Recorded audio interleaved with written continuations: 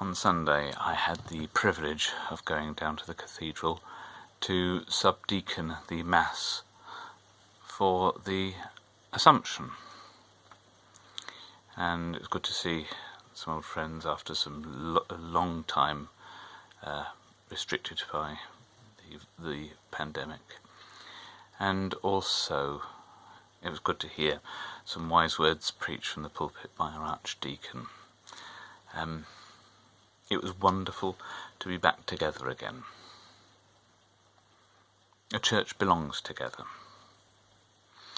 and it's good for people to get out of their houses and get back into church. What we need to think about is, how do we get out of that sort of inertia that we get ourselves into? There is an eighth deadly sin. According to St. John Cassian, there's an eighth deadly sin called Acedia, which is sort of spiritual sadness. And what happens is, in this sort of sin, is it starts off by saying, oh, I won't say my prayers today. I'll say them tomorrow, but I won't say them today. I'm too tired.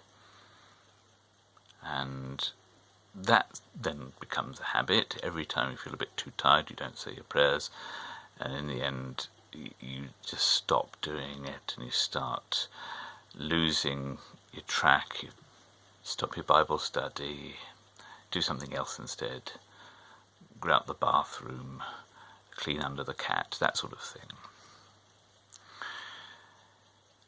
And then, before you know it, you have departed from Christian community. And that's a big problem, I think, that we face in the church of any stripe, is the people who have got used not to going to church. Now, I did see a rather bizarre thing. It reminded me of an old thing that they used to do on television a while back, and that was a televised service, and the minister says, "Oh, make sure you've got a cup of wine and a bit of bread at home, and we'll consecrate them over the airwaves." In the Catholic Church, it doesn't work like that. And the reason being that we have the real presence of God in the Eucharist. But the image on the screen is not the real presence.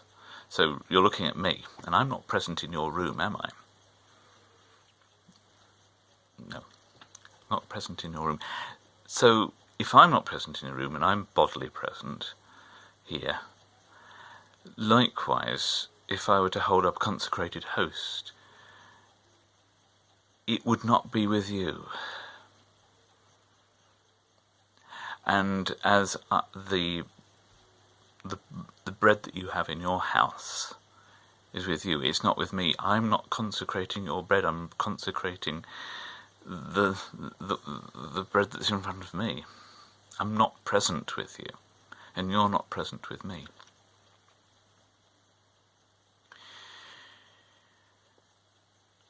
So it's not good enough. Now, this works it might work if you don't subscribe to a real presence theology.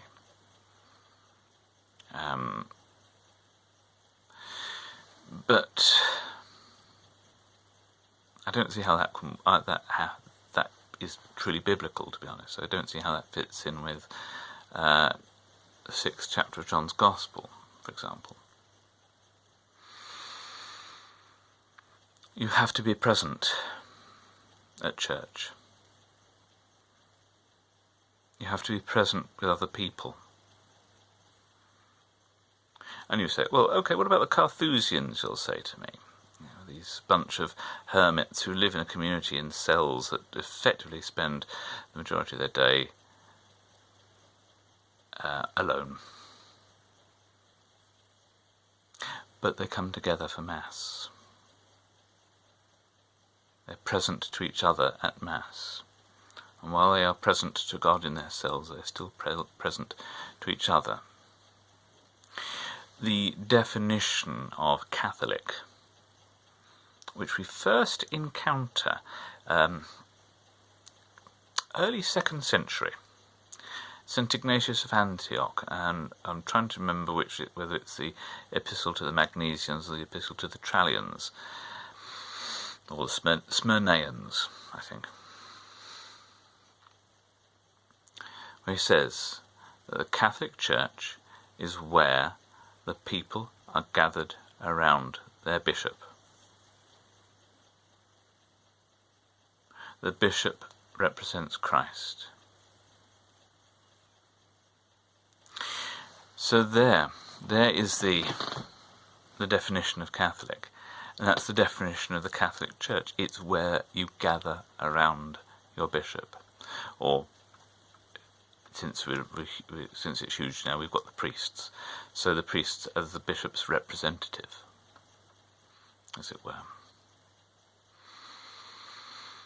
So, in order to lose this sin of acedia, we all need to sort of buck up and force ourselves out of the door, and that might be hard work. It's also good for a change. If you've been at home for a while and actually you're not missing church, the question is, well, why not? It may well be that the church you have attended just hasn't been doing much for you. I think that's probably likely. If you're feeling unmotivated, is your church right for you? If not, what's wrong? Is it the people? Well, that's not good enough, to be honest. The priest represents Christ at the altar.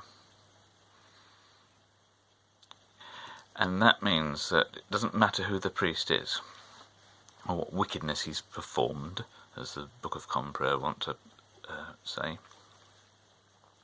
He's still representing Christ at the altar. So somehow you have to get over this, and that means you have to think about Christian charity. St. Thomas à Kempis says that you have to sort of learn to suffer in silence. Easier said than done. This day and age we don't tend to do that. We tend to vocalise our objections and disappear through the door as quickly as we came. But perseverance is important. Now, if you've got a church that is not believing the Catholic faith, and you want to be a Catholic, then you've got to find somewhere different. The whole heresy of Nestorianism, the Council of Ephesus, essentially meant that Christians who found themselves with bishops and priests who are in any way heretical, who were not teaching the Catholic faith, they were duty-bound to go to the nearest Catholic church. That's still true. Now, as I've said before, the Anglican Catholic Church is a Catholic Church.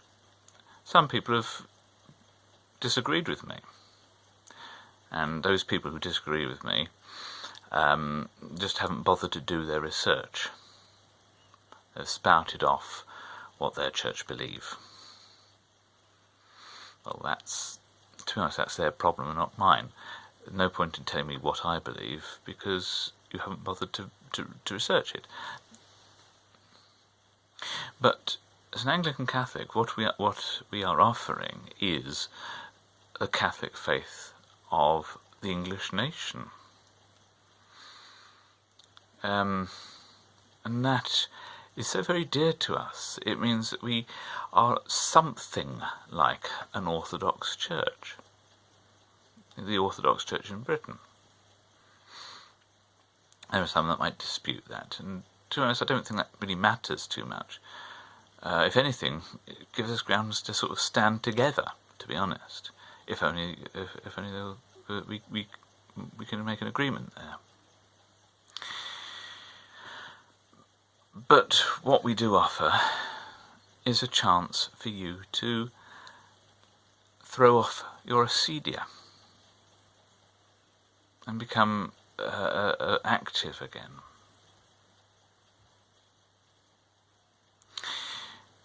It means you say your prayers again. It means you connect to the church again. And this wretched virus has really done a lot of damage in connecting people. But it's given us a chance to see what we really value in a church, in our parishes, and to communicate that to the people who need to know. So it's worth thinking about, how do I get back to church? How can I get back? I miss it, or I don't miss it. Why don't I miss it? What's gone wrong? It's worth thinking about it. It's worth sitting down and saying to yourself, well, this is the truth. And if you don't believe anymore, because you've not been around people who believe anymore, then you have a choice, don't you? You can either stay put, or you can try and rekindle it. And that's your choice. But nonetheless, you have my prayers and you have my good wishes, and if the Anglican Catholic Church can help you, please do contact us. And so, God bless you. And may you shrug off the comforting snugness of acedia and walk in the light. Walk in the light of Christ. May you find strength in rejoining the church. May you find a new vision of God in your worship. God bless you. God bless your reinvigoration. Please pray for me.